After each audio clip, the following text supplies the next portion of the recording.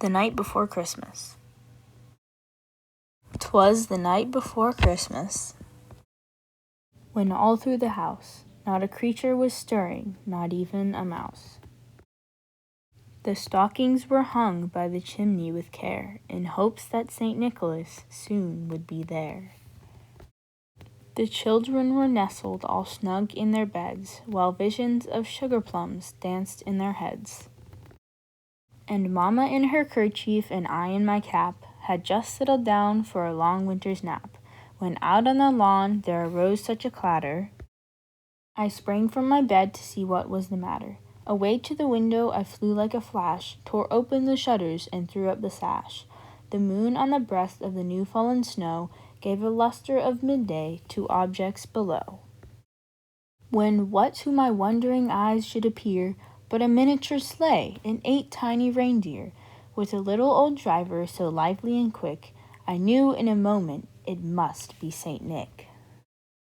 More rapid than eagles his coursers they came, and he whistled and shouted and called them by name.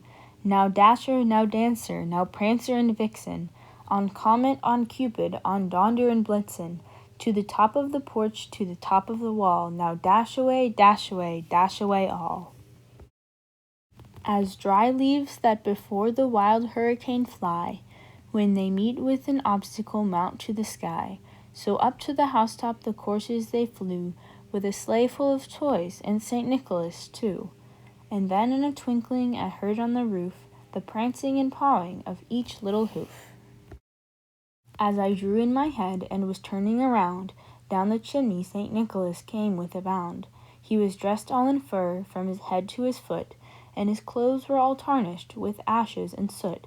A bundle of toys he had flung on his back, and he looked like a peddler just opening his pack. His eyes how they twinkled, his dimples how merry, his cheeks were like roses, his nose like a cherry.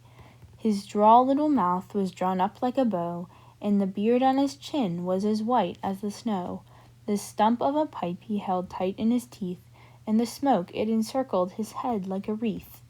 He had a broad face and a little round belly that shook when he laughed like a bowl full of jelly. He was chubby and plump, a right jolly old elf, and I laughed when I saw him in spite of myself. A wink of his eye and a twist of his head soon gave me to know I had nothing to dread. He spoke not a word, but went straight to his work, and filled all the stockings, then turned with a jerk, and laying his finger aside of his nose, and giving a nod, up the chimney he rose. He sprang to his sleigh, to his team gave a whistle, and away they all flew like the down of a thistle.